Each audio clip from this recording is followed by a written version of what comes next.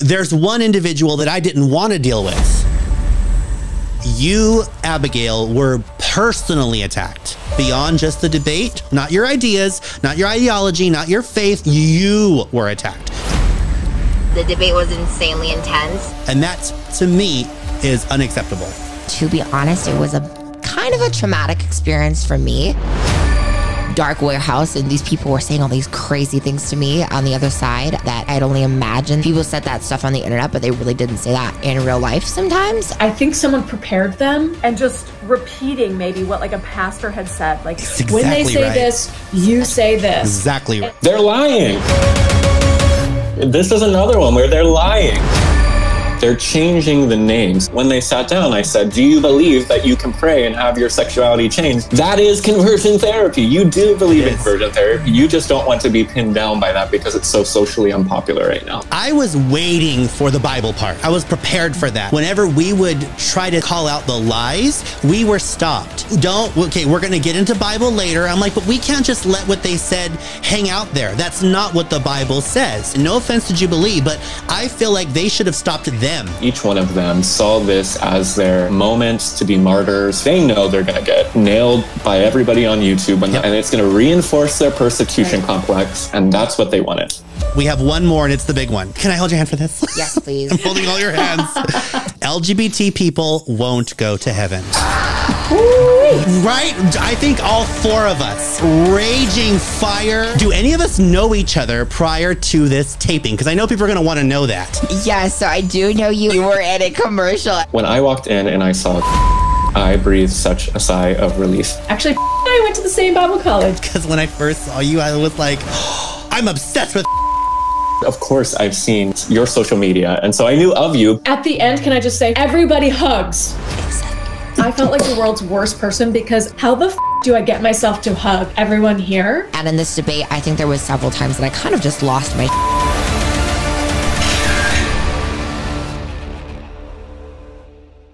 I was definitely not prepared. Even Christians are going to say, that's insane. They're lying. Let us have this out. Where are you? Where's the person?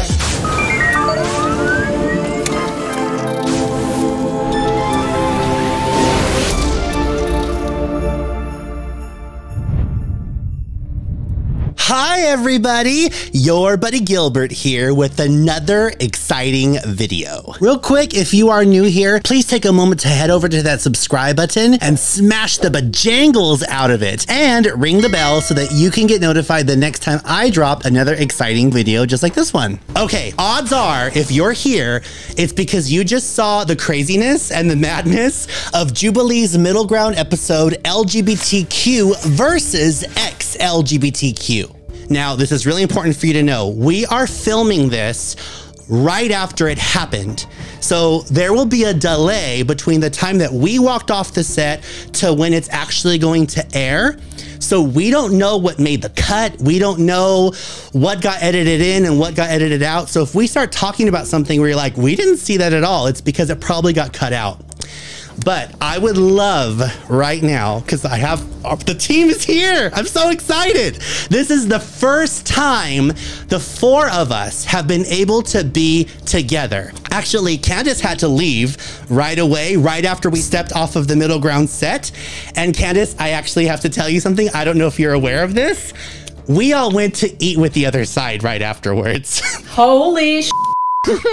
all except for one of them. All except for one of them. We will get into that in a minute. But right now, you three beautiful... I'm just so relieved that I had to get my son to his baseball game. Thank you, Lord Jesus. Okay.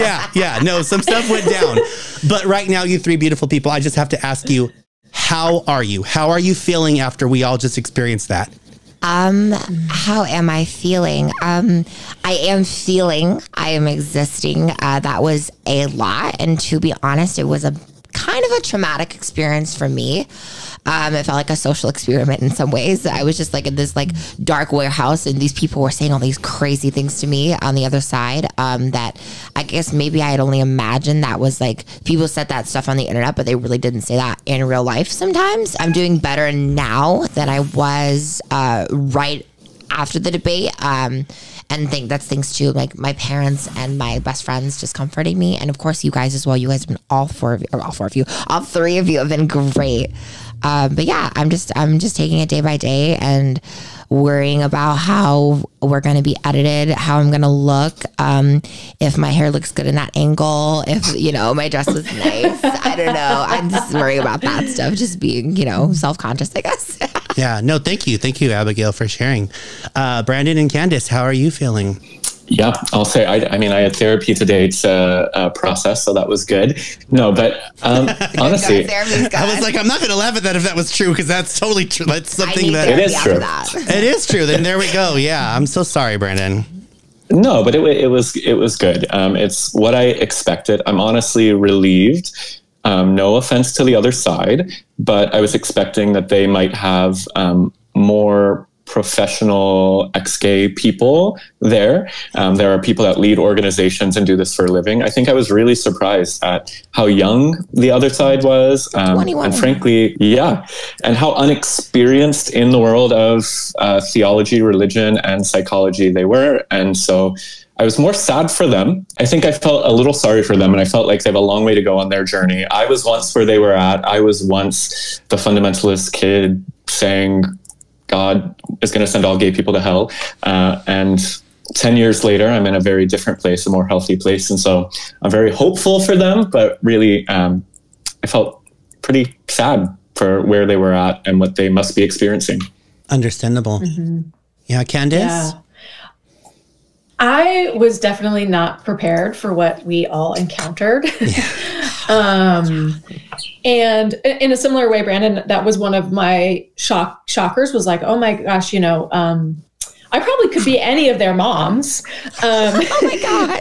You know, it's not their fault, but when you have such a limited experience in life, your narrow way of thinking works. And so the older you get, the more people and more experiences you have, right? And it was really hard to talk with them, because even some of them, and I wish I would have said this, I think someone prepared them. It almost felt like they were so disconnected from themselves. Yes. And just repeating maybe what like a pastor had said, like exactly when they say this, you say this. Exactly right. And I just thought, like, where are you? Where's the person? I can't engage you. It's almost, I mean, at one point, I think the producer like said something, and it was like this one person didn't even hear. They couldn't even hear what was going on because there was such a detachment. Yes. So afterwards, yeah, I was freaking exhausted. At the end, can I just say, whoever saw the thing, everybody hugs. Except for me. Everyone hugs. Okay, you guys. And I felt like the world's worst person, because I was like, how the do I get myself to hug everyone here? I was just, I wanted to be soft, and I wanted to offer that, but in that moment right afterwards, it wasn't the most authentic thing I did. Yes.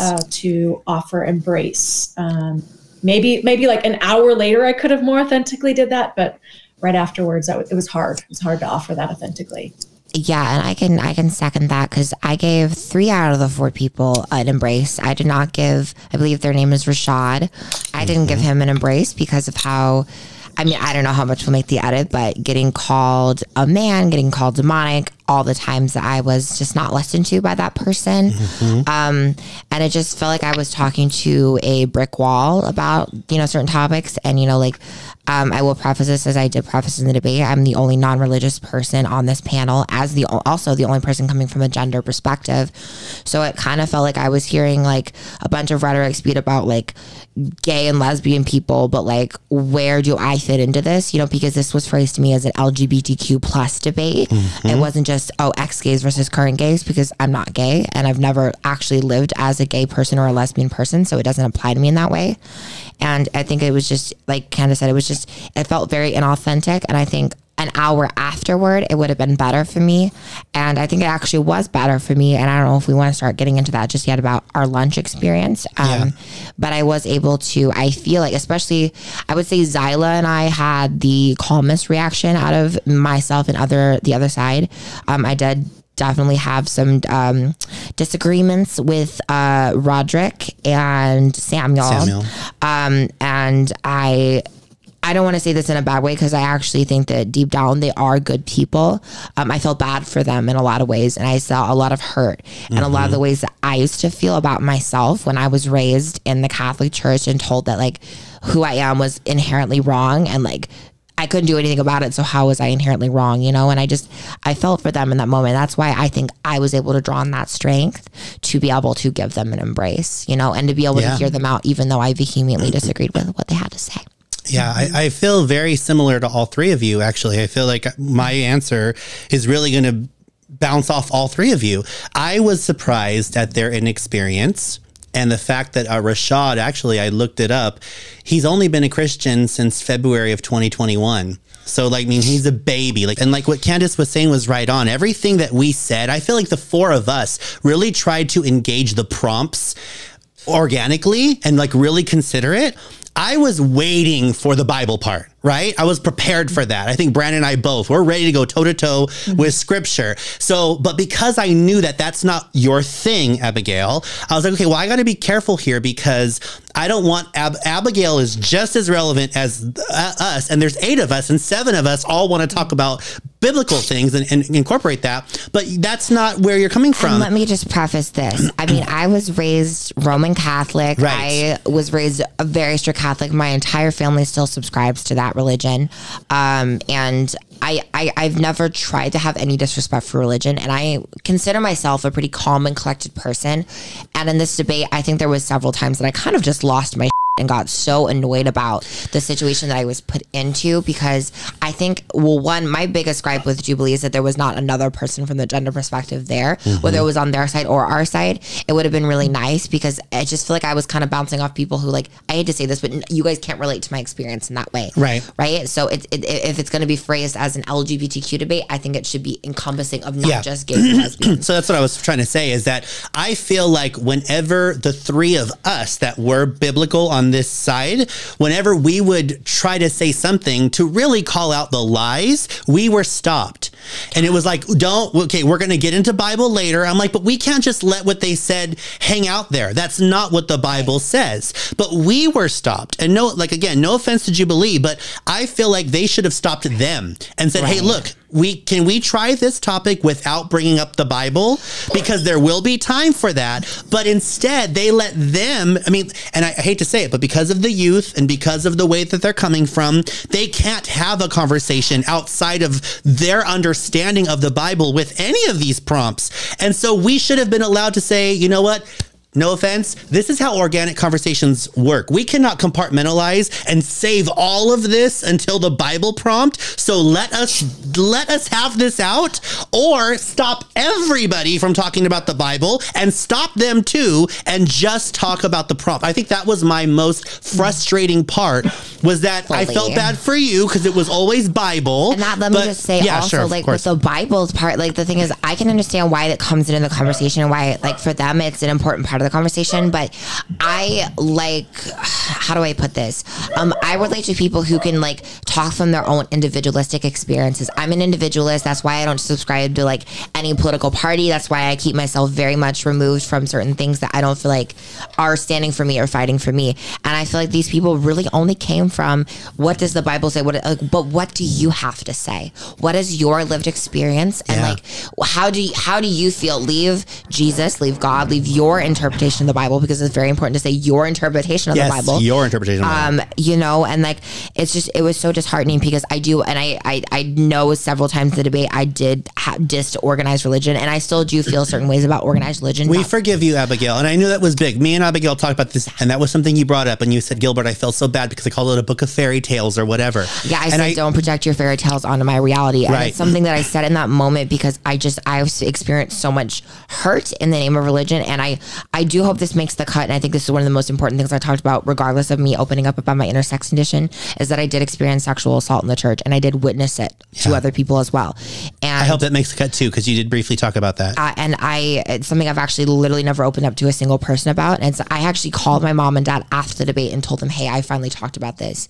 And it's crazy because they always had suspicions of it, because that priest, who will be unnamed, got moved parishes. And that's the thing that they do in the Catholic churches. They move those priests from different parishes to kind of like, let's keep it under wraps, And I grew up with so much religious hurt, and it caused me to like overwhelm and like just get in. And I hope at least people know, if they do watch this, that I have a lot of respect for people who do practice religion. As someone who used to practice religion, it's just when it's almost like, how they always say like, we're pushing being gay or trans or any part of the LGBT community on kids. Sometimes I feel like they're pushing their biblical view on people too. And I feel like they were very much pushing that on me. Yeah. So Brandon said that. Remember, Brandon actually pointed that out. You did. He was like, what did they say? He's like, oh, I can't stand it. Like, do whatever you want with homosexuality, just don't push it onto the kids. And Brandon was like, do you push Christianity on the kids, or however you worded it? No, but and no one responded. No, but do you remember nobody ever responded to anything that we ever said that literally checkmated their point. They just went to the other brainwashed response. And sorry, I know it's a hard word to say brainwashed, but I do believe there's indoctrination there. Fully. I do believe that there is, and again, I don't want to sound condescending, because I do like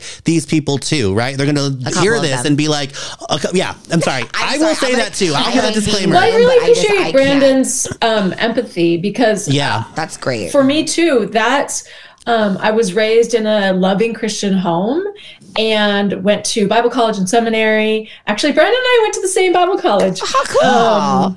But I remember, all my life, that's how I thought. There wasn't a truth outside of the Bible. There wasn't something to say outside of the Bible. Right.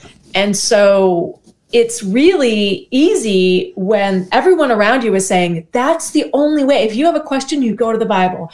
If you want to know even what should you do for a living and who should you marry and anything, you go to the Bible. And so they could not have had any conversation without the Bible. Which is why I think they should have allowed us to have it when it came out too. Because I feel like, and again, we don't know how this is going to be aired, but my fear is that they're going to cut out even the times we did speak out about them just sprouting scriptures, first of all, that just didn't even exist, and then wording it all wrong to incorporate. It was too much. It was too much. Yeah. Are you saying you're worried that like they will look like the ones who know the Bible? Yes. And we'll look like, we don't even believe in the Bible. We don't even believe in the Bible. Exactly. I also say I've read the Bible front to back 2 times. I haven't in probably the last 7 years, but I have the worst short-term and long-term memory loss. I was like, I cannot remember a single Bible quote right now. And I was like, I want to come with my knowledge, and I'm like, I freeze up in those type of situations. And I think that's why I might have reacted in some ways the way that I did. And I do want to apologize to the other side, even the person that I'm not a fan of, if I came off in any sort of aggressive or hurtful or mean way, because that's never my intention, regardless of somebody else being mean to me and me having a dislike towards them. I never want to hurt them, because I know how it feels to be hurt. Thank you. Brandon, you wanted to say something, I think, Well, I think one thing that will be really important, and I don't think can be avoided, I don't think it will get cut out, is beyond them misquoting the Bible and us, I would say, correctly quoting the Bible. I think one of the most shocking things to me was how often the language of demonic was used, and how often of that's a spirit in you that's doing something. That is a very niche, small sector of Christianity that surprisingly all 3 of these people seem to come from, where they have understood homosexuality to be not just a sin, not just something disordered about us. It's actually a demon. And by them saying that, I do think they kind of show their cards. I think the vast majority of people who are going to watch this, even Christians, are going to say, that's insane. And so I do hope that stuff makes it in, and I think it will, because it just shows how disconnected from reality these folks were, at least in regards to their beliefs. Again, we're going to keep reiterating, I know throughout this conversation, that they're good people. We had respectful conversations afterwards, but it still doesn't change the fact that I think that they are so fear-based. There's so much fear. They really think that this is Satan at work. They saw us as the enemy, as incarnations of demons and demonic energy. And I can't even imagine like what entering into a situation like that with that kind of mindset, like what that does to them. It just can't be healthy. It can't be good for them. Yeah. There are so many beautiful things about our lives as LGBTQ people. Like, you know, there's beautiful things about Candice's marriage or like my career or your career or like what Brandon's doing in school. Those are beautiful, happy things. Those are not of the devil. I mean, again, I'm not even coming from a biblical perspective, but like how we know the devil. While there, of course, there's downsides to literally everything.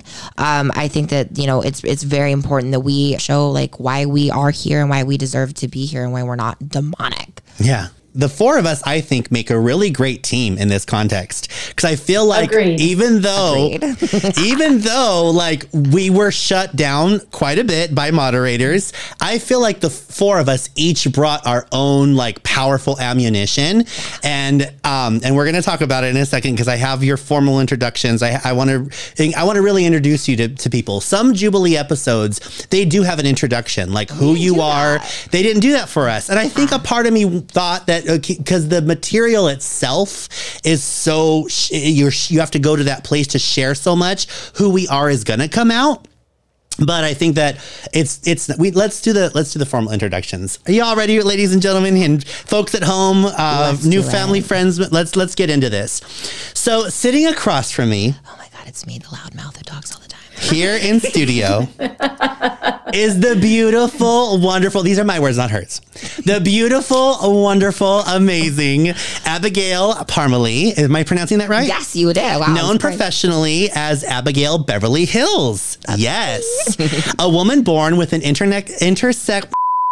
Let's try this over, Gilbert. See, this is why editing is really important. A woman born with an intersex condition who transitioned from being raised exclusively as male first to now living as female. Growing up, I always knew that I looked different than the other boys that I was around. I always had questions about my body, but I was raised in the Catholic Church, and you're not taught to question your body in the Catholic Church. My intersex condition is called de la Chapelle syndrome, or also known as XX male syndrome. She uses her unique story as a way to project voices often silenced in the greater LGBTQ community. My breast implants are larger than I expected them to be. Now, I will say, I regret nothing about the vaginoplasty. I am so happy that I got this done. She's an artist, a costume designer, and a voice of reason. It reminds me not to love on my own somebody, but also like I could love somebody, but also just like Yes. Folks at home and in studio, meet Abigail. Hello, everyone. How are we doing today on this fine afternoon or evening or morning or wherever the hell you are in this world? Yes. Welcome, Abigail. Hello. We have another beautiful woman here with us. Yes, my fave. Candice Czubernat has been a licensed therapist for 18 years and is the founder of the LGBTQ Affirming online counseling and coaching practice called The Christian Closet. Hi there, my name is Candice and I'm a Christian, and I'm also gay. I know there's a lot of debate out there about whether you can be gay and Christian, and I just want to let you know that you very much can be. In her ministry, she and her team meet with people from all over the world for online telehealth sessions, and they navigate the many intersections of being LGBT+ with a Christian faith. She's been with her wife, Crystal, for 18 years and married for 10. They have 9-year-old boy-girl twins, and they live in Los Angeles. Often when I meet with people, one of the main things that they talk about is their experience in reparative therapy. People go to reparative therapy because they think that that's how they can honor God, be close to God. They want to do what other Christian leaders have told them. After the fact, what they realize is that it was incredibly traumatic. Welcome, Candice. Yes. I was like, is it good to be here, Candice? Is it good to be here? I feel like it's great to be here. And next, we have Mr. Reverend Brandan Robertson, who is a noted author, activist, and public theologian dedicated to exploring the intricate connections between spirituality, sexuality, and social renewal. I like that word. After this young man confessed his sins to me, he said, "There's one more thing. I'm gay." In that moment, the world stopped, and the words flew from my lips. Me too. For the first time, I had confessed that I also struggled with my sexuality. He serves as the pastor of Sunnyside Reformed Church in New York City and is also known as the, quote, TikTok TikTok pastor, reaching over 215,000 followers and has over 5.5 million views. Ex-gays don't exist. I've seen a lot of chatter on TikTok as of late from people who claim to have been healed of their homosexuality, claiming that God has delivered them from the demon of their same-sex attraction. Every single one of them that I've talked to will admit that they still experience same-sex attraction. To say that they are ex-gay or have been delivered or healed of their sexuality is simply a lie. I'm not on TikTok much at all, but Brandon, after this, I'm gonna have to go stalk you and look at your page and see what you've been posting there, because what? Folks from around the internet and in studio, yeah, that's very impressive. Please welcome Brandan Robertson. Yes! Yes! So good to be here. Okay, and lastly, I, Gilbert Gonzalez Jr., started teaching Bible study in 2008. I began preaching sermons at churches and speaking at conferences in 2011. God is not just the God of the mountain and conquering it, but he's also the God of the baby step. Baby steps are anointed with God, and I've got a Bible scripture to prove it. Started my own ministry in Los Angeles in the very beginning of 2014. I've been an actor, a dancer, singer, and filmmaker for over 30 years, an ASL interpreter and teacher serving the deaf and hard of hearing community for over 25 years, and I began my content creating career here on YouTube during the pandemic in April of 2020. Okay, now let's follow this up with this question, and I think Candice kind of hinted at it earlier. Do any of us know each other prior to this taping? Because I know people are going to want to know that. Okay, can I go first and tell you how I know you? You know me. Yeah, so I do know you, and it's because I was a wee little girl, and I saw a Kashi commercial. Okay. And you were in a commercial. We're surprising people with a different way to get protein. And I very much recognized you, and when I think I've seen videos of you throughout the internet, I watched all these compilations of bad American Idol auditions, and then it got me into a bunch of other auditions too. And I saw that you auditioned for American Idol.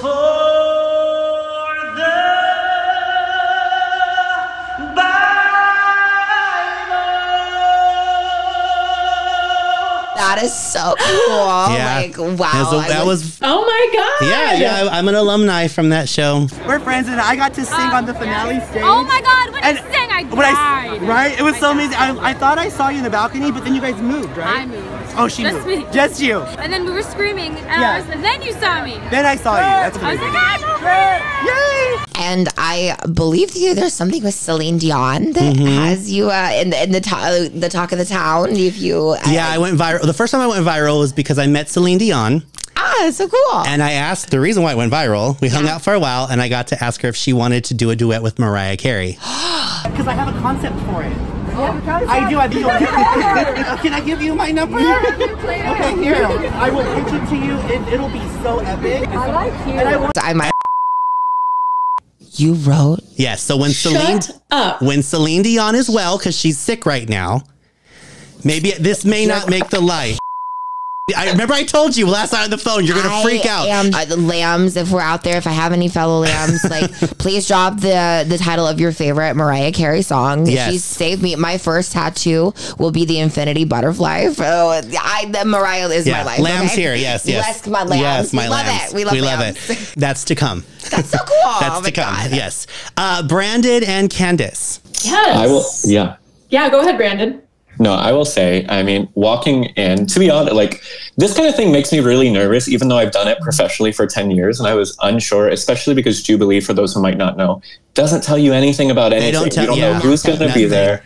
You know, nothing. And you're not allowed to talk to each other, even when you do get there. So when I walked in and I saw Candice, I breathed such a sigh of relief just because we have done work before in the past. We have similar background and stories. And so I'd love for you just to take a few minutes to tell us a little bit about your background as you've worked through your own sexual orientation and your faith. Absolutely. Thank you, Brandon. I grew up in the church, have so many fond memories of Sunday school. It was as if I went to bed straight one night to waking up. Huge crush on my friend who was another girl. I started going to therapy actually there on campus, trying to figure out really what was wrong with me. In my mind, it was the most two opposite things that could possibly be Christianity and a same-sex attraction, they didn't work, and yet somehow they were both in me, and neither of them were going away. It takes time to figure that out for a person who experiences same-sex attraction. That will take time and discernment, prayer, but just to be gay, that in itself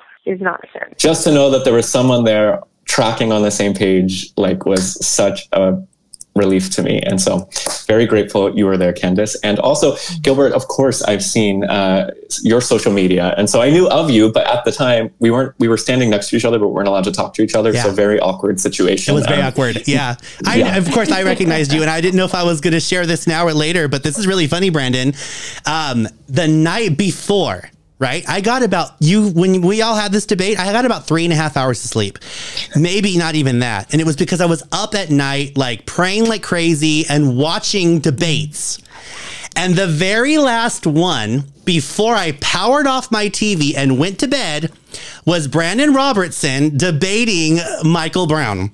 Oh my gosh! And I was, how crazy is that? You were on a panel. It was, I think you've done it more than once, but it was you were sitting next to him, and there was a panel. Right? There was more than just you two. I'm not leading a movement. If you read everything that I write, I'm never espousing a theological view. My whole case is that the church would treat LGBTQ people with a more Christ-like compassion. Okay, well then we agree on that. So back. Well, thank you for watching that. That was my first debate. I was 21 years old, fresh out of Moody Bible Institute. Whoa. Wow, and that's so cool. When I got off stage, my pants were completely ripped in the back. And the most embarrassing moment of my life. So very traumatic debate for me in many ways, but no, it's fine. I just brought it hilarious. I didn't know that. I didn't see the back of your pants, or else I wouldn't have said that. Wide open, just it was terrible. That makes me. I can almost cry over that. I know, my God, Brandan. But also, I felt the same way when I saw you, Brandan. Just like, thank you, Lord Jesus. What a just kind of like, it felt like kind of maybe taking a blanket and just kind of putting a blanket on and like, okay, I can breathe and I can center myself, and just being able to have someone that I've known and trust.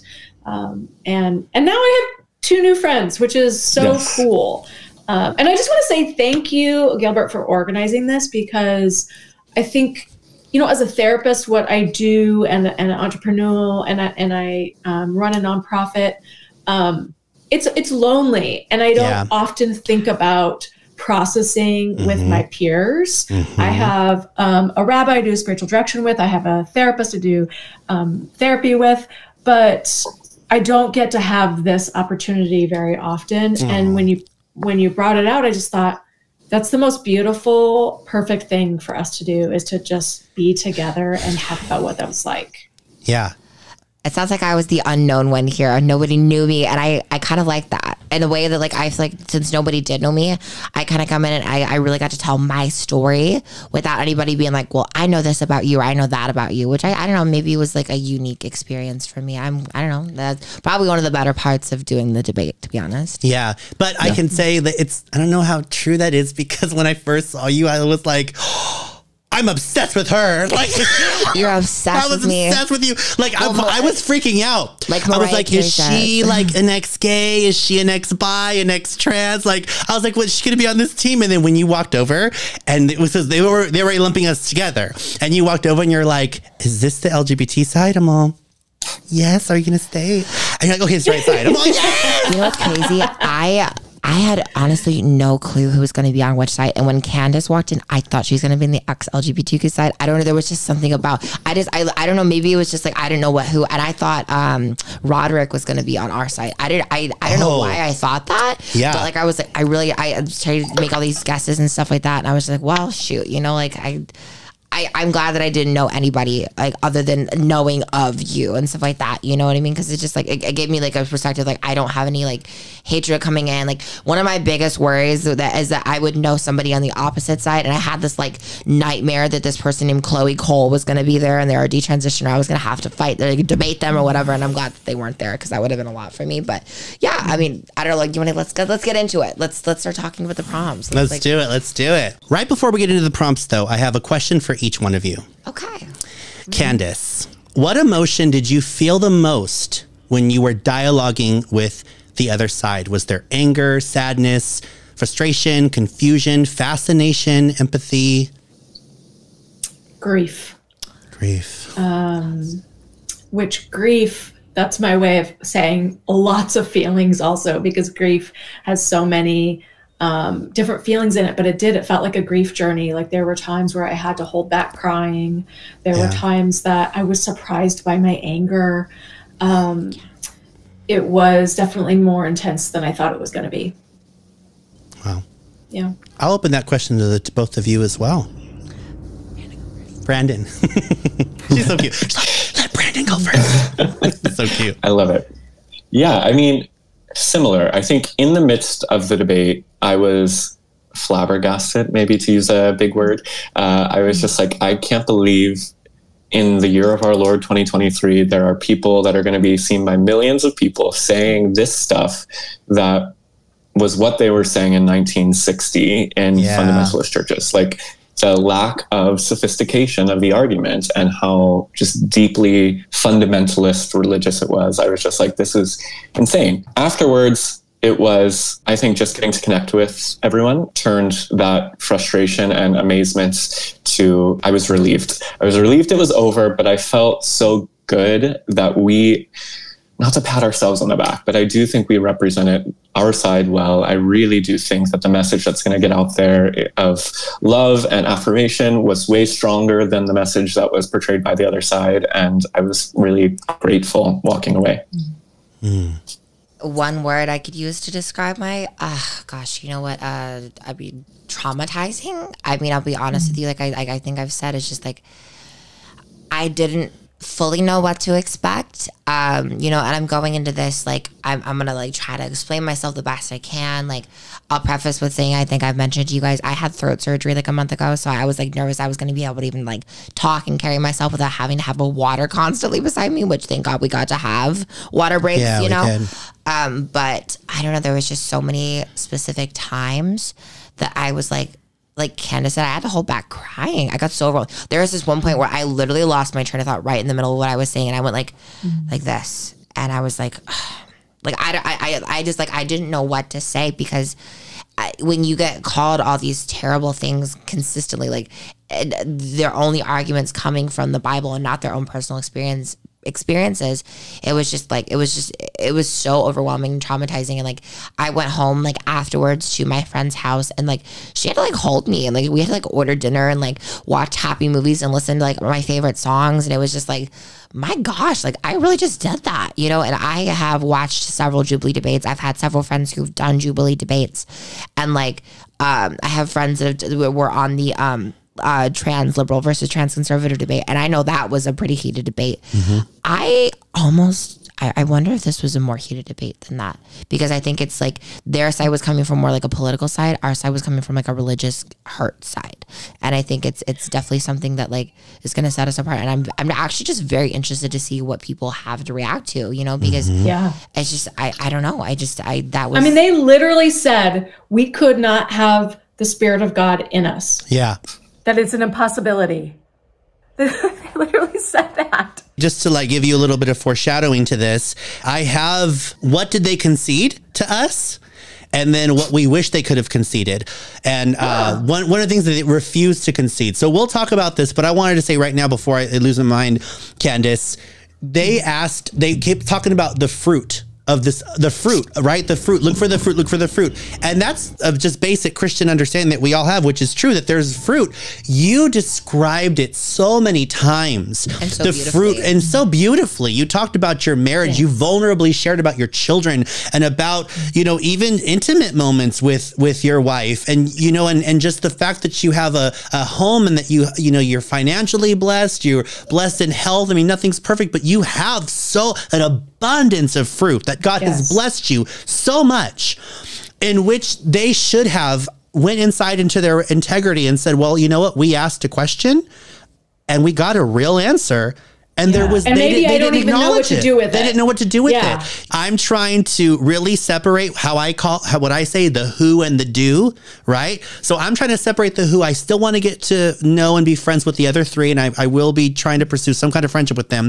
I think they're coming from it's age, maybe the lack of experience of just being here on earth, maybe the lack of Bible understanding. They're going off of a pastor's interpretation as opposed to doing the diligent work that we did of going into Hebrew and Aramaic and Greek and looking up translations and living in the lexicon for months at a time. So I feel like they haven't done that work yet. And that's kind of what's trying to give me a grace about it. But I will affirm that you, Abigail, were personally attacked. You were personally attacked. We're going to get into that. But that's to me why there's one individual that I didn't want to deal with, right? The who and the do for me is just something that I don't want to engage with anymore. It's gone beyond just the debate. You were attacked, not your ideas, not your ideology, not your faith. You were attacked. And that to me is unacceptable. So Brandon, I have a question for you. All four of us ask direct questions that force the other side to be consistent in their line of thought or admit fault in their ideology. Instead of answering directly, they always change directions or change the topic altogether. What question or two, if you can remember, do you really wish that they would have given you an honest answer and stayed on track when answering? I had one agenda coming into this debate, and I thought about it so deeply, and I said it was my opening statement and my closing statement in the actual debate. And it is, I don't believe ex-gays exist, meaning Amen. I believe that they are lying when they say they have been delivered or healed or had their sexuality removed. And I asked them point blank numerous times throughout the debate to give an answer to that. When I asked the question, they never gave an answer. They, especially the one that we keep referencing, kept saying, I've been delivered, I've been delivered. They're back in another closet. Yes, but then they would say, further on in the argument, oh, I still have the temptation. The enemy still tempts me sometimes. Jesus gets which tempted proves or the whatever. point. It does. It proves the point. Yeah. They had not been healed of their sexuality. They were still gay people who were repressing. And I think I don't agree. But I think if an ex-gay says, I'm choosing to not pursue my sexual orientation because of my religion, fine, say that. Yes. I think it is harmful when you say, you need to be healed, I can be healed, I have been healed, because you can't, no one has. I've never, ever met an ex-gay that has been actually healed, turned from straight to gay. It doesn't happen. And the fact that I kept watching them live on camera, go back and forth, and blatantly lie, infuriated me and still infuriates me. I mean, not even just on camera. It's like we were there, like they are talking to us, and we were like having to we were having to just defend ourselves and having to at least try to get our point across.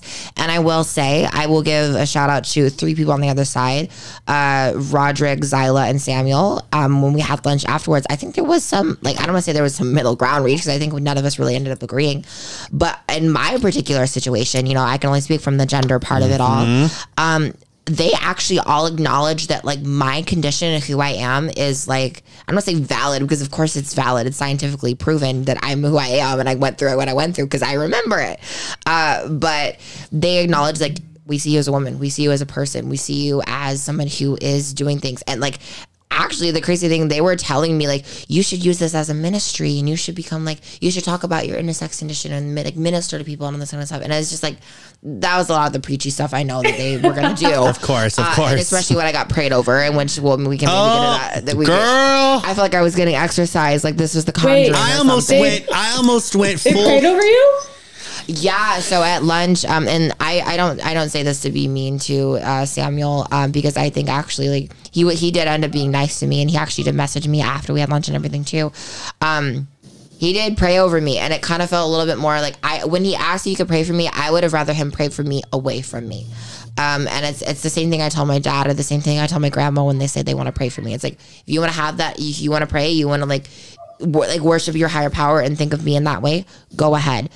I ask that you respect that I am an agnostic person, and I don't want to be involved in that, because it's not only traumatizing to me, but like I said, I opened up in part of the debate, or the debate, I guess I can call it that. that I was sexually assaulted in the church, and I was sexually assaulted at 10 years old, you know, and that is a very scarring thing, especially to someone like me, who my body was not developing like your typical male or your typical female. And I already was having so many like questions about my body and was already like strongly disliking my body. And that honestly, and for years afterwards, I wouldn't say it affects me now. It did like have a profound impact on my sense of self in my life. And you know, I didn't even tell my parents ever until after the debate. I called my mom and dad and I was like, hey, like, I need to tell you this, that I was scared growing up that like I was taught honor thy mother and father, and my mother and father were part of the church, and I didn't feel comfortable telling them, hey, I was inappropriately touched and so were other people around me. And so for having somebody put hands on you, like that was very triggering.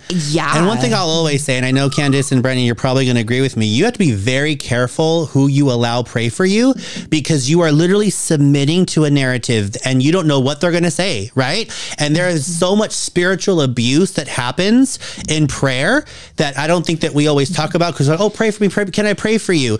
But when you bow your head and somebody comes up to you, like almost like penetrating your personal space, and they lay hands on you. It was like a verbal hand on me again. And what yes, exactly. And especially because of what they're like, they're going to base their prayer based off of their understanding of God and the Bible. Like, it's based off of that. And I just want to clarify that this is not something personal against you, Samuel. I really do enjoy getting to know you. I'm excited to continue to get to know you. But the fact of the matter is, you know, you are not affirming of the LGBTQ community. It's the rainbow sidewalk. Can't step on it because then you'll become gay. We'll walk around it. And that alone makes this an essential issue. And I would caution anybody that is LGBTQ to be very careful who you allow to pray for you, and to make sure that when you submit to that, if it's going to be in person, that they are affirming of you as an LGBTQ person, so that you know that you can feel safe with wherever that prayer may go. And if you are a minister listening to this and you are so offended by me telling you this, I would love to explain to you why I feel this way. You have a tremendous responsibility as a preacher and as a teacher of the Word of God to stay away from topics that you yourself don't fully understand, because as many people on your platform that you can help, you can also hurt when you are wrong, especially if you have been rejecting information on this topic that could have and should have corrected you on these issues long ago. Speaking incorrectly on LGBTQ issues will not only push them further away from you as a minister, as I'm sure you've noticed, but it will actually push them away from God altogether. They won't want anything to do with Jesus, and that blood will always be on your hands. And I know you're going to try to flatter yourself, well, I'm just telling the truth. No, you're not telling the truth. You're telling a skewed version of a polluted truth. It's not medicine, it's a poison. And that contamination usually starts in prayer as the first means of infection into somebody's spirit. I've got stories of all the times that people try to project their toxic Christianity on me. And it was kind of funny. Sometimes their prayers actually were completely answered in the opposite way that they meant it. Right. Because God's like, I'll hijack that prayer. It's like, you know, when the devil answers a wish, it's like it goes bad. God can do the same thing. He can take someone who's being really shady and be like, actually, I'm going to bless them in a way that's going to set you on your butt, buddy. And again, like it was a lot to go through that. And especially when Rashad, like, consistently kept calling me a man and brought up the topic of eunuchs in the Bible, which I definitely want to address right now. But then he also said my sister. I have to talk to my sister here. I love my sister. He kept being weird about that. Remember that? Well, I don't think he even called me a sister or a brother. No, he did to you. He's on my sister here. I'm not going to lie to her. I'm like, she's your friend? Oh, I love my friend. I love my sister. Don't call me your friend. Don't call me your sister. You talk to your sister. Don't call me a brother. Yeah, I came for him a few times. I can say here, as an intersex person, I'm saying this to the camera, to anybody watching, I know that I am not fully a biological female or a fully biological male. I fall within the between of those two, you know, and there's over 30 different intersex conditions, and I could even get more in depth about my intersex condition at some point. But like the vehement, like, you're a man, you're demonic, and I don't even hear anything you just said. And that was so hurtful and disrespectful, because especially when you opened up about like your physicality. My physicality. You did all of that. You were so vulnerable, Abigail, and he took that moment to really showcase that, like, I mean, I feel like he had like willful ignorance. Yeah. Like here's my thing is that I get that like we are taught penis means man, vagina means woman, and like they always must develop like one certain way. It didn't happen to me. You know, I did not develop a full penis. I did not develop a full testes. I had what's called an ovotesty, and it basically was called a gonadal streak. It didn't fully form. Like my sex organs were not fully formed female or male, and my chromosomes are XX like a female. However, because I had a high exposure to testosterone in the womb, and because the way my genitalia looked at birth, which I did go into depth about on my Instagram, if you guys want to go look at the video I just pinned, you know, like my experience was different, and I am thankful that now I get to live my life as a woman and feel the way that I feel and live the way that I do, and comfortably, and very, very happy with who I am, you know. But also, like, I think what we experienced is like so if we want to talk about Jesus, the dehumanization of putting law above people. And to me, that was the whole reason why Jesus came over and over again, because God knew like people are being dehumanized because people are followers of the divine are not valuing a person over a law. And so, I mean, Abigail, you're explaining what that feels like. And I felt it too, to be on the other side of you're not a full person to me. It's painful. It's exactly how I felt. I just feel like I was just not being seen. And like, here's the thing. While I can say like Zyla, Samuel, and Roderick did eventually come around, Roderick did say some things as well about that's where they conceded. Everyone except for Rashad, I would say. Zyla even said that I think you're beautifully made, that God made you beautiful and like the way you are. Yeah. And Come on, Zyla. And Zyla, wherever you're at, I love you. And your husband is great too.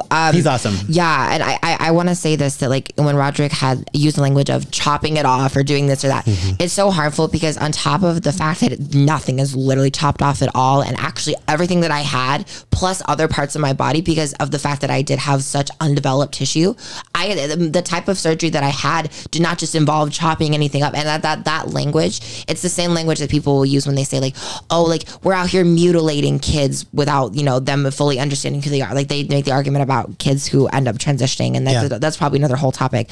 It's like that type of language is so dehumanizing, because it's just literally not what happens. And it didn't happen to me. Like, you could take all my clothes off, you could look at my body is beautiful, and my body will stay beautiful regardless of the scars it has, regardless of the mental scars that I have.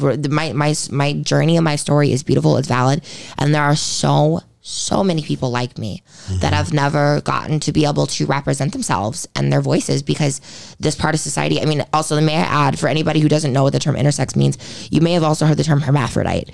It's the same type, but it's the same thing, but hermaphroditism is actually very, very, very rare in humans. Is more of a spectrum. And that's why there's the intersex spectrum, right? There is, like I said, over 30 different conditions that fall under the intersex umbrella label. I don't know how to put it. By the way, if I can just say, me and Abigail are going to do a whole other show where she's going to go down like really into this, and I'm excited to go in depth about that too. Yeah, she said that she's ready, that she wants to talk about this, and so we're gonna hopefully have the floor, honey. Yeah, and I also just to speak for you guys, because as someone who has never lived as a gay man or a lesbian woman or anything like that, it was so hard to sit there knowing that like the people that have uplifted me the most in my life are gay and lesbian people, and see you guys get attacked. And especially when Candice got attacked, and like they were talking about her wife and her marriage, and just I think it was when the topic of like we need like a man and a woman in the household or something like that. Know what I'm talking about? That's one of the prompts. So a man and a woman is required for a healthy family. It hurt me so bad. I come from, I want to say, a broken home. My parents are divorced, and they've had some very, very vicious fights, and I've suffered abuse in certain ways, you know, throughout my childhood. And I just see Candice, and to hear now that she's been with her partner or her wife, you know, for 18 years, right? And then they've been married for 10.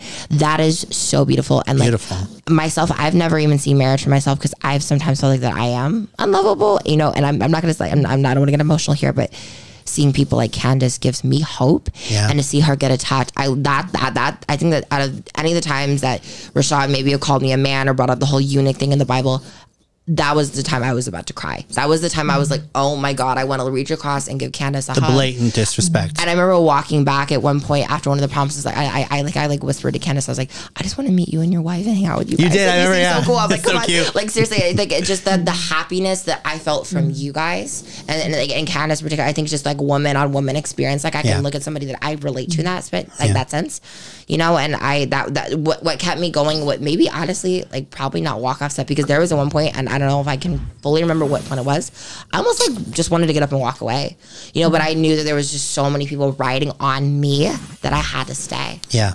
So that's very understandable.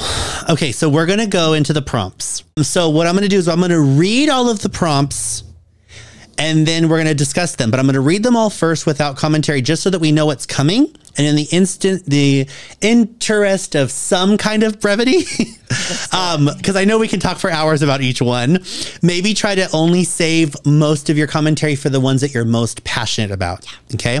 But we'll talk about them all. So me and Abigail worked really hard to try and remember them. So hard to remember. It was so hard to remember all of them. But I had this moment that you remembered them. It was Abigail helped me, and then also I told what happened to different people, and I would tell like, you know, don't sue me, Jubilee. It was just like the people that helped me prep for this. So like friend A, I would tell them, they're like, because they were praying for me, and you know, we were like going back and forth, like you know, helping me prepare for the debate, and we'll get into that too. I want to know how you all prepared for this, but I was just like, then this happened and this happened and this was the prompt. Yeah, I think that was it, right? Then I would call person number 2. So then we did this and this. Oh, and then we talked about this. Oh my God. So as you're retelling it, it started to come. So I just opened up my notes and I put them all down. And then I was like, hey, what chronologically, when I took my first, because I pee a lot. Thank God for that, because it had a mental marker. So there was a whole process of getting these. I may not have the wording right, but I think I have most of them. So the first one was actually a test. And it was New York versus LA. Remember that? It was just a camera test. New York City. Everybody, most people were New York City. So that was the test one to make sure the cameras and sound and everything was right. So then they started. And the first one was, even if you're suppressing your same-sex desires, you're still queer. That was the first one. The second one, I think, these could be out of order. I'm just going to say they were just so it helps my OCD. Conversion therapy has some positive outcomes. And no one stepped forward. We were like, yes. I was like, okay. And we all clapped. And then she was like, okay, let's change this. Let's reword it. Conversion therapy works. And she's like, okay, still nothing. I was shocked that they stepped forward for one of the problems, but not that. I know, right? I mean, that was the one that I was really like ready to go for. I mean, when I tell you I watched Pray Away and I watched everything I could about with Michael Bussey in it, like let's go there with Exodus. And actually, Candice, you brought that up because they didn't answer it, but I remember I was like, yeah, do it, Candice. You said something along the lines of, how do you all reconcile like the idea of orientation can change when there's all these organizations, right, that have shut down because they're like, okay, you know what? This doesn't happen. We're hurting people. And because of that, we've been doing this for decades, served thousands of people, and not one person ever became straight. We need to shut down. 30 years ago, I helped create Exodus International. Today, I'm here to apologize. Not one of the hundreds of people we counseled ever became straight. Instead, many of our clients began to fall apart. The organization needs to shut down. Don't tweak it. Don't try to improve it. Shut it down. And they never responded to that. And I was so upset. But again, thank you for bringing that up, Candice, because that was like the pit bull moment I was ready to go in on. There is scientific evidence supporting LGBTQ. This was Abigail's prompt. I wrote this for Jubilee. Thank you for Jubilee for allowing me to write this prompt, because I think it was very important that this was included. I sent in a bunch of prompts. They didn't use any of them. Well, I know. They were actually, I did say the Bible is anti-gay. Oh, that would have been like better than given conversion therapy one of the week. That would have been I think where me and Brandon and Candice, like, we could have really went in on that, right? Brought up all clobber passages, go into the contents of each one, but whatever. Yep. To grow up healthy, you need both a male and female role model. Eye roll. The pride movement is negatively affecting younger generations. That will be a spicy one. That will be a spicy one. Even within our group, there was some nuance there.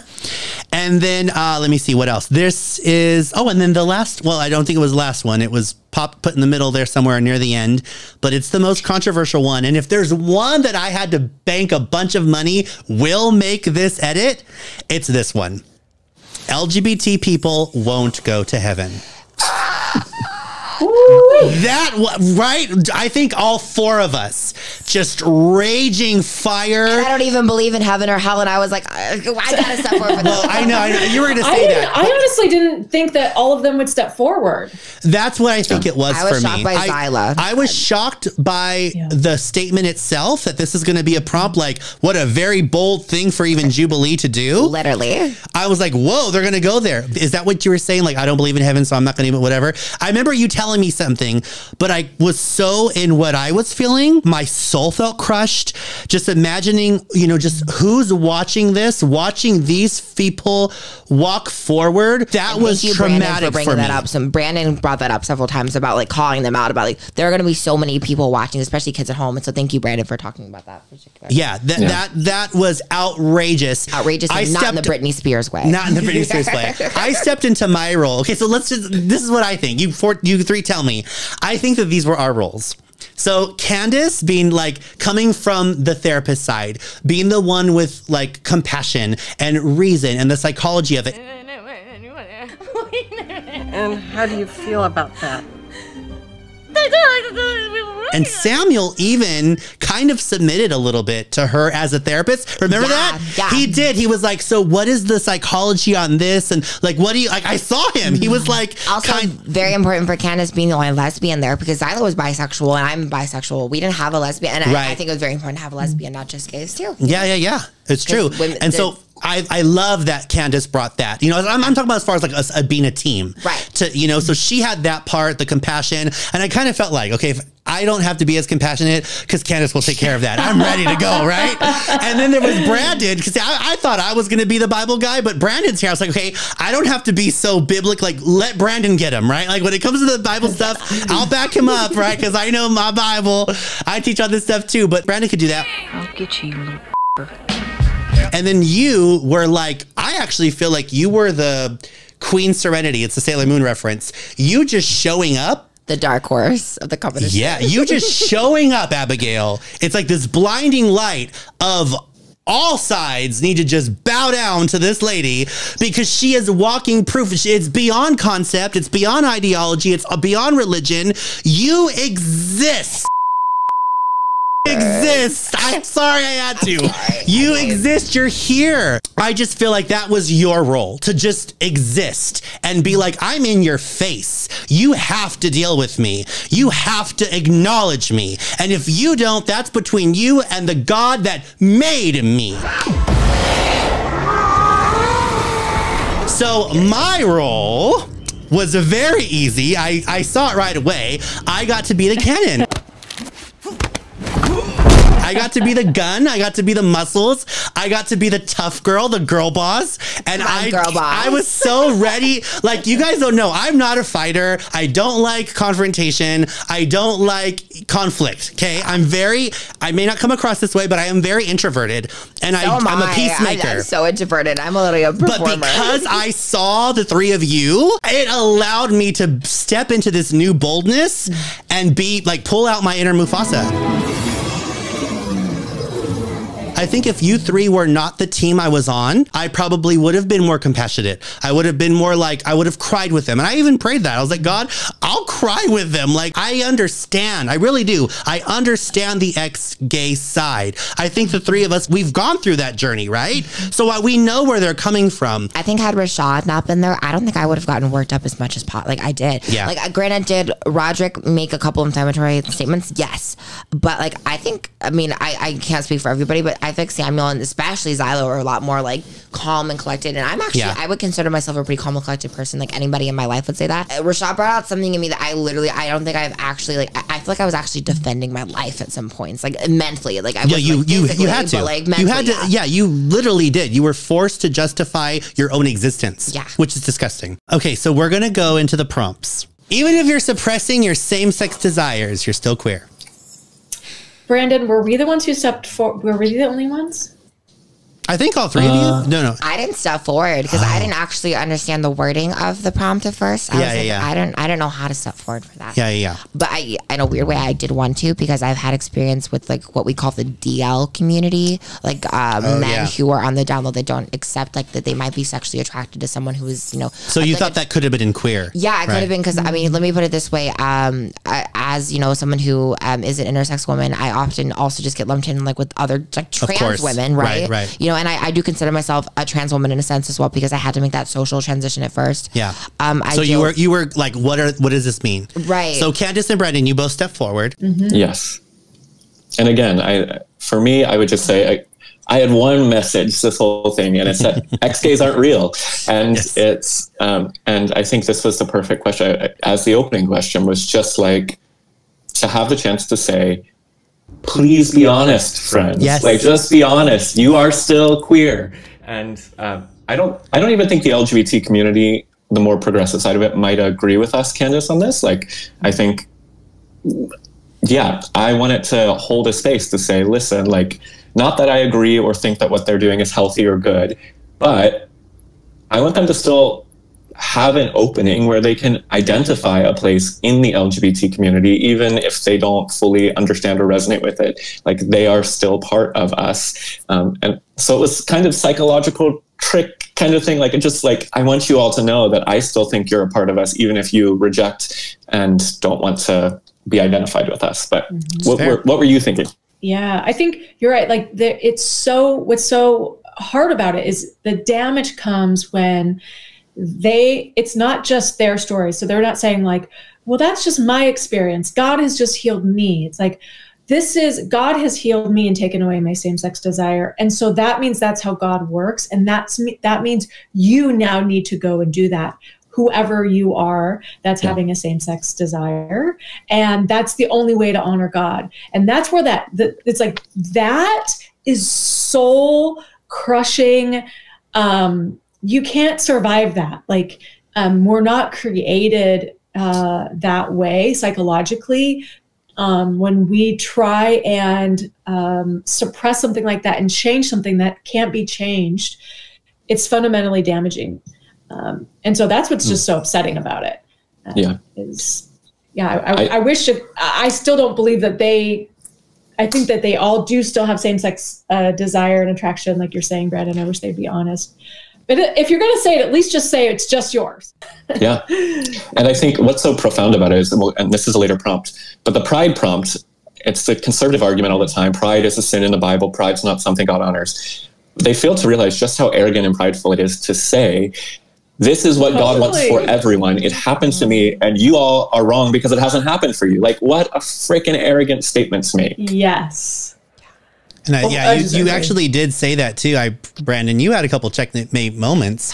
You asked, "Are you proud to be a Christian?" And they were like, "Yes." That was an amazing moment. I was like, that was so amazing, because I was going to say something similar, but I think yours was better. I was going to say, if you have a child and they come home and they draw you a picture and you put it on the refrigerator, and you know, of course, you're going to be like, "Oh, I'm so proud of you." But what if it's really good? They're like, artistic, and it's like, you made this, honey, I'm so proud of you. They should understand that it's the same thing. It's when they don't engage the rest of their mind, right? They're just like, oh, pride bad. And it's like, well, also just for a moment, engage the rest of your mind, because I think you're going to see that actually there are a lot of moments where pride is really beautiful, and that's not what this scripture means. Exactly. Yeah. One of my favorite songs to perform as an entertainer is Pride, A Deeper Love by Aretha Franklin. I always think of pride as just a deeper love for yourself, and I think we should all love ourselves a little deeper than we do in society today. Great point. Okay, so we don't probably have to say much, because I think the fact that we all stayed where we were about conversion therapy was enough said. Yeah. Enough said. Conversion therapy I just want to say one thing on that. Of course, Brandan. They're lying. This is another one where they're lying, because this is where their movement is getting sophisticated. When I did conversion therapy, it was called reparative therapy. It is rebranded. Joseph Nicolosi, who's the psychologist behind conversion therapy, has rechanged it to be called reintegrative therapy. The movement is smart. They're changing the name. So none of them said, I believe in conversion therapy. But when they sat down, I said, do you believe that you can pray and have your sexuality changed? That is conversion therapy. You do believe in conversion therapy. You just don't want to be pinned down by that because it's so socially unpopular right now. So just to name that for those who are watching. Good pointing that out, Brandon. Okay. Abby's prompt. There is scientific evidence supporting being LGBT. Let me just put it that way. So, you know, again, I represent the I, which is one of the extensive letters in the acronym, if we want to get into the whole acronym that everybody talks about, which I did make a point at one point to talk about why I don't even believe that the acronym is actually the best thing that we should be doing. You said SAGA? I would say SAGA? The SAGA community, meaning the S, you know, like the Sexuality and Gender Alliance, you know, and I think I would be a lot more encompassing. I mean, there's literal scientific evidence that intersex people, you know, or, you know, the common term that people probably know, hermaphrodites, have always existed. I firmly believe that if someone can be born like me, there's no reason why eventually we will come to learn why someone is born gay, lesbian, bisexual, transsexual, non-binary, or wherever you fall on the spectrum, you know? I mean, I made it a point with the trans community of calling gender dysphoria an intersectionation of the brain. I think that's something that we as society, I don't want to say that maybe, I'm sure somebody's made that point before, but I think if we start coming from a medical basis with a lot of this stuff, they can't argue with a medical science. I mean, they could try, but like, sister, I mean, what happened in COVID? Yes, they can, but yeah, they'll still try. I mean, they literally did with you being there. I mean, you literally exist in front of them. I mean, do we want to get a time machine, go back in time, and you could see like my transformation to where I'm at today and what I had to go through? But like, I mean, again, the people who got it, and 3 out of the 4 people got it, and I have bad respect for them. And I hope that people watching at home take their time to research what being born intersex is. And I hope, you know, we talk a lot about like teaching LGBT history or just topics in school. We don't teach anything about being born intersex because anybody that I talk to, half the time doesn't even know what intersex is. Yeah. On top of it, they think that intersex is a separate gender or a part of the non-binary community, and it's not inherently that, you know, and it can be, sometimes there's overlap. But like, I think it would be so important if we start bringing intersex people into the conversation. It's going to start shutting a lot of people up in their arguments because some people will do the research and they will concede, just like those 3 out of the 4 did. Can I say this? I wrote a note here about what Rashad, I think this is when he said it, because you were describing your condition. And I remember Rashad said something along the lines of, as a Christian, I believe the word of God, that God only made a man and a woman. So I don't see any intersex because the Bible says that God is not the author of confusion. And it really threw me. So what he's talking about is, in the context in 1 Corinthians 14, Paul is talking about if you're going to have it, you know, speak in tongues, if you're going to have an interpreter, like there's an order of things. So what it means is that God is not the creator of disorder. There's intent and purpose with everything. What really made me upset is that he's so young in his faith, right? You're basically explaining to us that you were created, and at least Zyla saw that you have intent and purpose in the way that you were created and made. And I have 13 years of faith. And yes. But what I'm trying to say, mihap, that's a Mexican word, sorry. No, you know okay. That, right? Yeah. What I'm trying to say is that he had a teacher right in front of him, but he didn't let it. So what I would love to say to you, Rashad, with all the love in the world, is that if you're confused, that's your own fault. It's not God's responsibility or Abigail's responsibility to own your confusion. You have to humble yourself enough to be a student of God, of course, but the way that God teaches us. He literally put somebody in your face. You literally are without excuse. You're going to have to answer to God for that. You literally have God who you're telling me, teach me things, open up my heart, open up this. I want to learn, you know, I'm going to seek knowledge, seek wisdom, seek understanding, like the Bible tells you to. And then all of a sudden you have this beautiful soul that's answering this for you, and you totally shut her out. That's my end note. Sorry, I just had to say that. Yeah, I mean, if Candice and Brandon want to add anything, I talk constantly. So please, I would like to hear what you guys have to say about that topic, if you have anything. The science piece? Yes. Yeah. I get a little bit scared because I'm like, oh my gosh, the paranoia in me of like, if we start being able to say that it's scientifically proven, and then some conservative Christian is going, like billionaire is going to try to figure out how to like make people not gay and operate on their brains or something crazy like that. That's a good point. It sounds crazy, but that makes me scared. And so I can agree with that. If we even look at creation, you know, it's so crazy that people can look at creation and not clearly see that God values diversity, and that God is a scientist, you know? So can I make an important point? Because you said something about like having an operation to make someone not gay. I think it's perfect to segue into the fact that so many people try to operate on intersex babies to make them not intersex, to make them more or less like that. And that's the one thing I will call out to is all these conservatives who are against trans kids and trans kids undergoing hormone therapy or surgery, which even myself, I do have a problem with surgeries until you're 18 because I think that should be a personal choice. They're all, they shut up about the fact that intersex babies are, honestly, if you have a very visible abnormality, which I didn't have the most visible abnormality, they're operated right on. Like you can, there's so many people that have come out and told their stories about being operated on as a child and how much it was to their detriment. Like there is this one story of this person that I can't remember the name off the top of my head, but they had a botched circumcision and they decided to instead raise them as a girl, and it presented this whole like, well, can we like really like make someone a certain gender? You can't. What your gender is authentic to you and can't be changed. And I say that in the sense of like, even if you were born a certain way, you know who you are internally, you know, and like I think at one point I was like, it's nature and nurture, right? Yeah. And they saw that as a point that made it not valid. And I just thought like, that's how straight people are too. Like no straight person is walking around saying, we know exactly how much nurture and we know exactly how much nature created me to be straight. It's just, it's not how it works. So the next one we're going to get into is it's healthy to explore or experiment with your sexuality. I felt like they allowed themselves some nuance in that one. Right? I feel like not so much Rashad.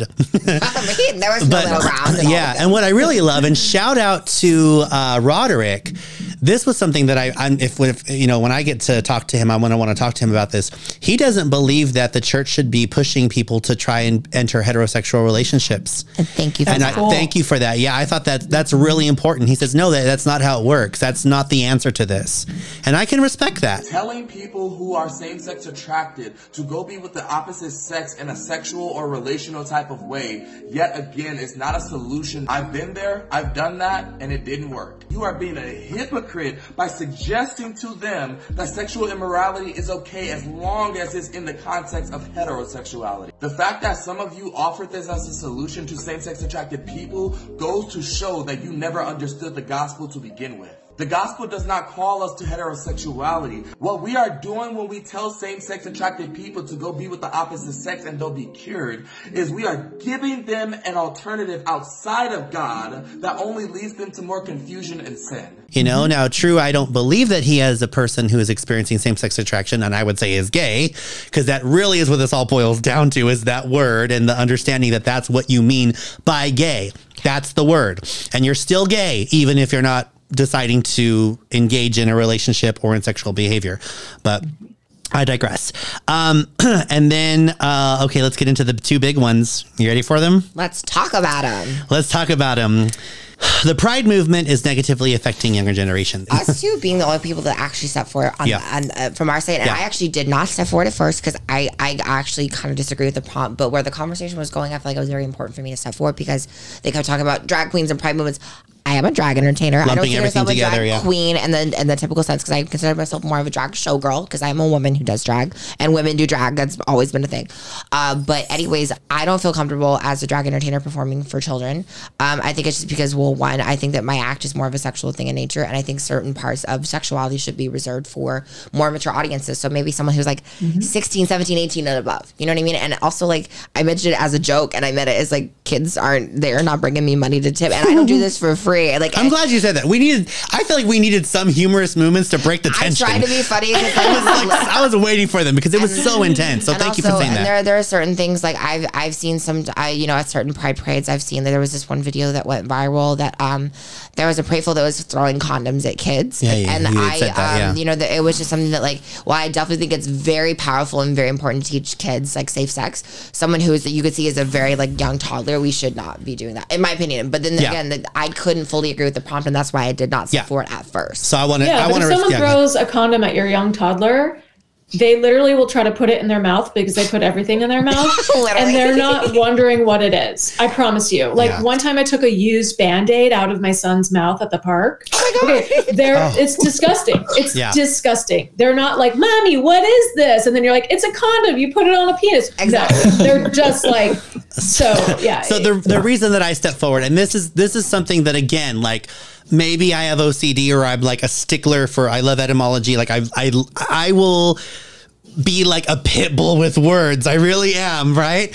And so for me, I really wanted to answer this prompt honestly, even if it was unflattering. And that's how I feel like I approach everything, right? Like, even if it's unflattering to my side, I'm going to be honest. And so that's why I stepped forward, because I, as a minor, had that experience that I shared. What I wish I would have allowed myself to, or it came out organically, was to also talk about the best moment I've ever had at Pride, right? So I'll talk about it real quick here. I'm a sign language interpreter. I was talking to Candice and Abigail about this right before we all connected. And I was asked to interpret one of the floats at like the Latin section of like one of the prides. And I was in my later 20s. And very similar to what Candice said, the agape love of God I felt on that float, looking out across this sea of smiling faces and rainbow, flags being waved all over. I was moved, and it caused me to be unprofessional because I'm sitting there trying to sign it. I'm all, oh yes, so beautiful. This wave, it was almost like, like Candice, like heaven on earth. Right? It's like so overwhelming. And it was, it honestly is one of the most euphoric, like loving experiences I've ever had in my life. And it was at a Pride parade. So there's both sides. So there's good and bad in everything. There's good, yes, and exactly. That's very important to say. And I really do second what Candice said. Like, we have to separate. And I love what Brandan said. He's like, this isn't just something, I don't mean to put words in your mouth, but Brandan said yes, these things happen, but they're few and far in between. They're not the norm. Right. So if Gilbert ran for mayor, what I would say is, because Pride's the whole weekend event here in West Hollywood, that we should have Saturday Pride for 18 and over. Yeah. And then Sunday, Family Pride. And that's where we could have strollers and children. I love that. Do you like that idea? That's what I would think we should do. I do. Yeah. Because like as a drag entertainer, there are drag entertainers that are great for kids that can do a drag queen story and it's great. Mm-hmm. That's not my drag. Yes. And I can acknowledge that. And that's what I wish the other side would have acknowledged. Is drag is an art form. It's not just a sexual performance. Right. Yeah. That's Gilbert's solution to it. I would vote for you. I vote for Gilbert for president. Yes. Okay. So I don't want to move on unless you want to respond to that, Brandan, but we have one more and it's the big one. Let's go to the big one. Let's go to the big one. Can I hold your hand for this? Yes, please. I'm holding all your hands. LGBT people won't go to heaven. This is the one that, like we were just saying, I just felt this crushing of my spirit.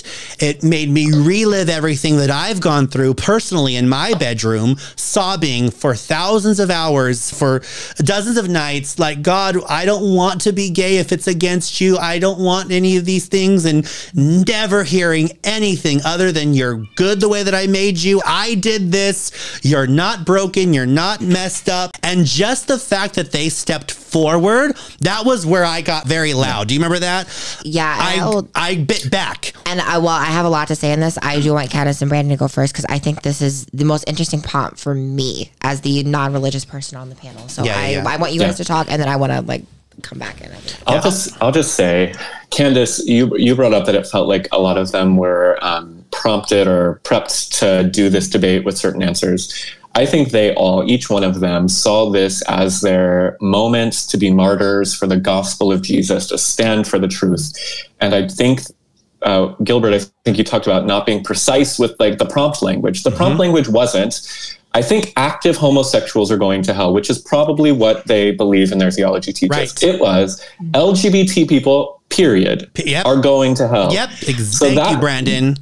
that includes any celibate LGBT people. That includes everyone. them. That includes them.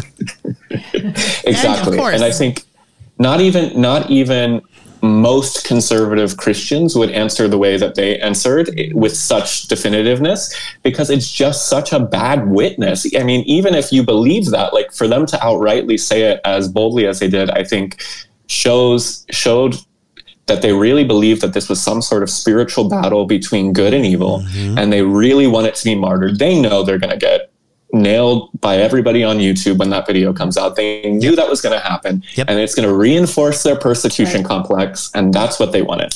That is such a smart reflection on it, Brandon. Well said. And yes, well said. One of you, Candice or Brandon, said this earlier in our conversation. Had they had stayed there and then walked forward and said, I think the attractions or whatever, just don't act on it. If you act on it, I think you're going to hell. That's really what they believe. So pull a Gilbert and answer it based off of the way that it is actually said. Have integrity with the prompt. If you're going to err on the side of love and grace, as opposed to just being so ready to drive your own narrative that gay people are going to hell if they act on it. So you're going to add to the prompt, and you're going to get there first so that you can add to the fine print that was not in there. They should have stayed where they were. This is the most unique prompt for me, because as the non-religious person on the debate, and also like when I stepped forward, I don't know if you guys can remember this, there were several times that I was like, well, is my intersex condition, is it sending me to hell? And also to Rashad, who kept calling me a man, what part of my sexuality is sending me to hell? Because I'm bisexual. Is it the fact that I like girls or the fact that I like guys? Perfect question. And it's just, it's so frustrating, because like I was born with this condition. And so like, why is that inherently going to send me to hell? You know what I mean? And it's not, that's but the, I know, and like, and right. I am bisexual, but I'm the partners that I have are male, you know? And so it's like, again, it's just like, you can't really explain to me or make a justification to me why I would be going to hell. And I'm a part of the LGBTQ community that you just said is all going to hell. You know what I mean? And yeah, I just think it was that was a hard prompt for me, because I grew up being told that I was going to go to hell. And I remember I was 13 years old and I was still in the Catholic Church, and I went to my priest for confession, and I said, hi, I am who I am. I'm bisexual. And I was told that I was going to burn in the lake of fire. And it's something that like has stuck with me now for the last 11 years of my life since that happened to me. And like, among the other crazy things that have happened to me in the church, I don't know if it was this prompt or what prompt it was, about how they kept talking about creating a safe space in the church to, I don't want to say evangelize LGBTQ people to repent and become this. And like, I brought up like, oh shit, did I knock this out? Oh no, you're fine, baby. You're right. Okay. I brought up the fact that I had experienced sexual assault in the church, and I have witnessed sexual assault in the church. And I think it was really hard for me to do that, because like that automatically took away the safe space that they were saying that I should have in the church. Yeah. And I have never felt comfortable in a church, but I can say I felt comfortable in so many other ways around LGBTQ people who have embraced me and shown me love. And I was not feeling love from a lot of them. You were, baby. And they proved it. I would call it's spiritually abusive when someone on the outside of you thinks that they can name what your eternity, where you're going to spend eternity. And they're playing God. Relationship. That's right. And so that's spiritually abusive. And like I said, I've been a therapist for almost 20 years. And the amount of people that come to me and my practice and say, I don't even believe in hell anymore, but I can't sleep at night because I've been so traumatized by this idea and fear of going to hell that like, I don't know what to do. It's just inconceivable, but that's what God's intent was, is to say, I'm sorry that this is going to be traumatizing for you. And, it's going to actually separate you from yourself, and it's going to separate you from me, that amount of trauma and fear. But sorry, that's just how it is. Yeah. It doesn't, that's just not the God that I've gotten to see and know in my life. I mean, I was always taught that God was a God of love, you know, and like, you know, for all the different interpretations of God, whether what religion you are, like I mean, we can get into a lot more of that stuff, but I just, again, it's just, you know, it's very important that like God's love is authentic and true, you know, and represented by people that say they follow him. Right. So, okay, so we're going to get into closing remarks here. Thank you so much for being patient with me. Things that they conceded. I'm just going to go through them, okay? Biological sex / gender / chromosomes can be gray. Samuel conceded that to you guys. And I remember Zyla, like I said earlier, had said that, you know, that you are born and made wonderfully. Sexual orientation is not a choice and cannot be changed. And the church has failed in understanding this and has dangerously resorted to pushing heterosexuality onto people, experiencing exclusive attractions to members of the same sex. That's what Roderick said. So that, again, on the other side. Thank you, Roderick, for that. Thank you, Roderick, for that. And Zyla, of course, like I just said. Things that should have been conceded. Candice has an abundance of fruit in her life, which means that God has blessed her and God has shown favor on her and has chosen her and has given her the desires of her heart. That's all scriptural, and she has the evidence and the fruit of that. The word homosexual, as me and Brandon both explained a couple of times, was never in the Bible prior to 1946. And I hope they air this part. I laid out the case for 1946, when it entered, how they went into the Yale vaults and all that stuff. So I hope that that's there.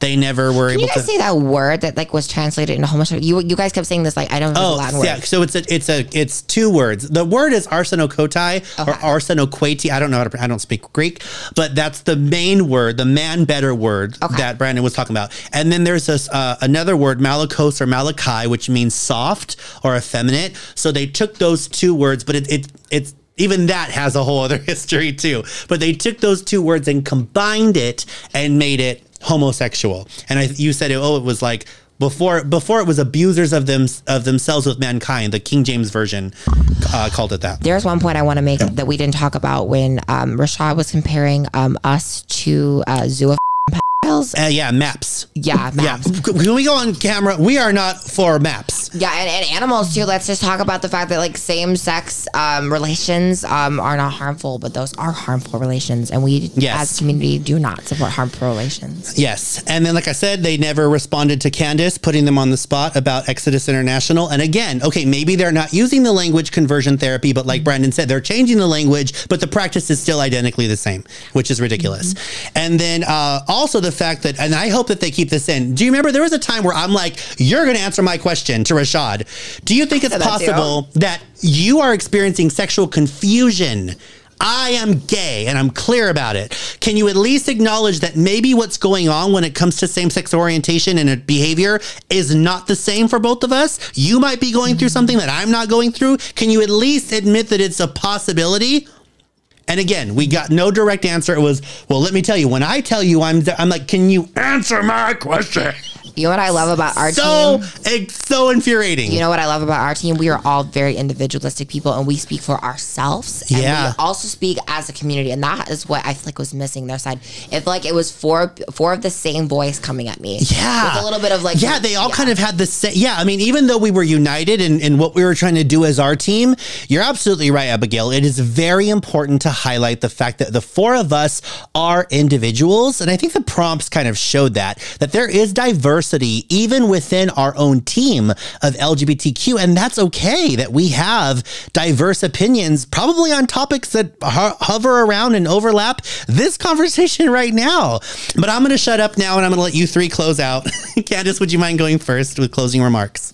Yeah, I think one thing that they probably won't put in there is at one point, I think some of us, we were trying to speak to the audience because we were feeling so much. I was feeling so much. And I just thought like, people hearing this. And so now I can speak to the audience. I can speak to the audience directly. And I want to say that like God's love is ever expanding.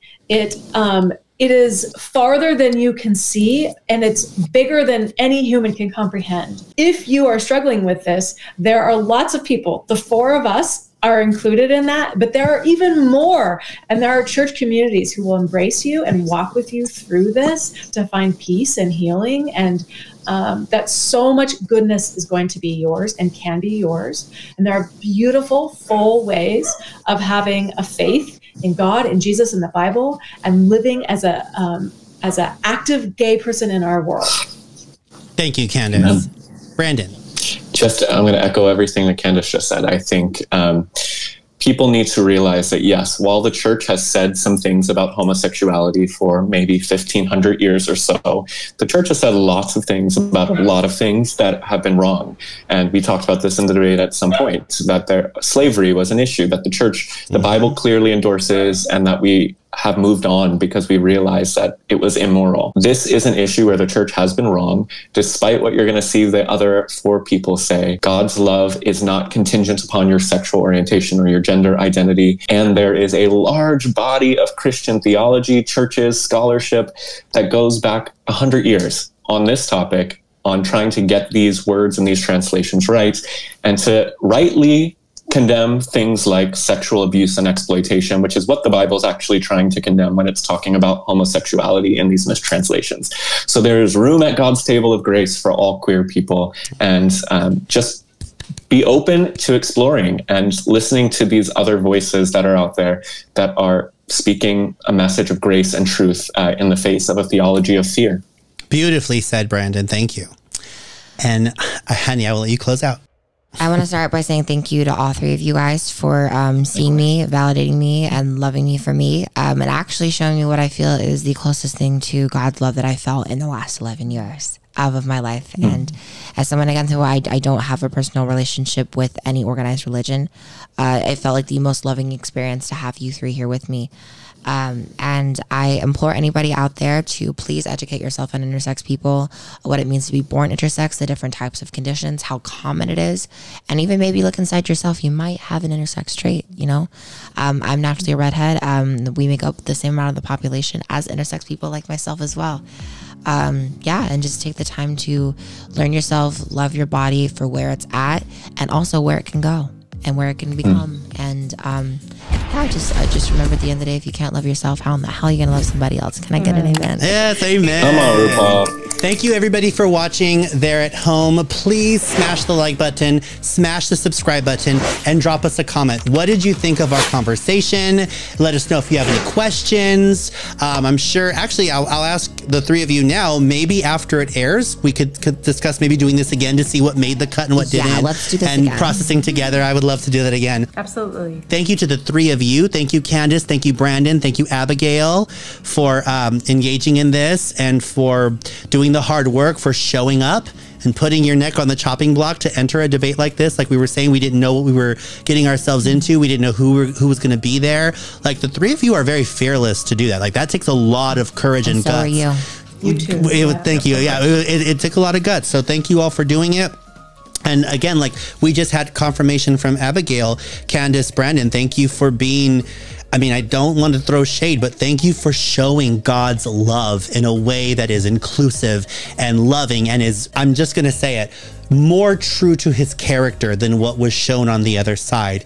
Even though I think they're doing it for reasons that are honorable, it's misguided. It's misguided, and that's what makes it dangerous. So their motives are there, but Candice, you had talked about this. In time, we've seen these stories, you know, and I don't mean to be condescending, but we're all on a journey, and they're very young, and they're just, some of them even brand new to the faith. And so we'll continue to wish them well. You three have inspired me, and you are my teachers. And again, I just want to say thank you. Like I don't think that I actually would have had as much respect for Christianity again had it not been for you three. So thank you. We love you, Abigail. We're obsessed with you, Abigail. Oh, gosh. Why are you so obsessed with me? Yes. Okay, well, we're off now. Thank you, Candice and Brandon, for joining. Thank you, Abigail. Bye, Candice and Brandon. I miss you Brandon, both. kisses. Goodbye, Everybody. Good to see you all. Bye. Bye. I'll see you. Peace. Peace.